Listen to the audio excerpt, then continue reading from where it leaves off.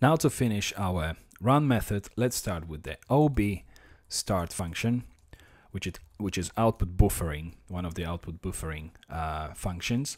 If you want to learn a little bit more about output buffering, please go to php.net, type in ob or output buffering inside of the search field, and you can find the entire specification for this section.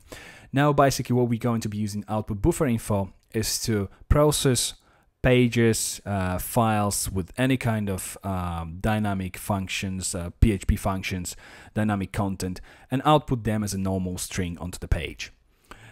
So after our ob start, we're going to require once file, which we will be calling depending on the parameters sent through the URL. And then once we got this file, all the functions are executed within this file.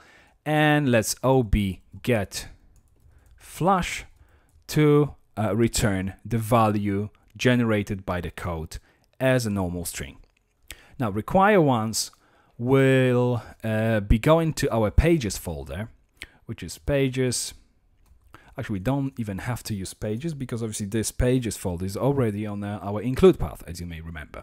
And let's include our first file, which will be index.php. And now inside of the pages folder, let's create a new file called index.php. And the first thing we're going to do is opening the PHP tag, closing the PHP tag, and in between these two tags, require once, semicolon after that, and we will require our underscore header.php. As you see, I'm not putting any other path from here, even though this file is inside of pages. Normally would have to go up one level, which will be .. But we don't need this because obviously this pages folder is already on the include path. Now let's copy the entire thing, 2 new lines, and let's rename header to footer. Now if we save this file, go to our browser, refresh the page, hey, there we go, it's our template. So these files from the template folder are included now on our index.php page, which is inside of the pages folder. That's all fine, we've got our first page loaded. But the only problem is whatever we're gonna do on this page, we're only going to be loading this specific page from within the pages. Obviously, this is not the way we want things to be happening here.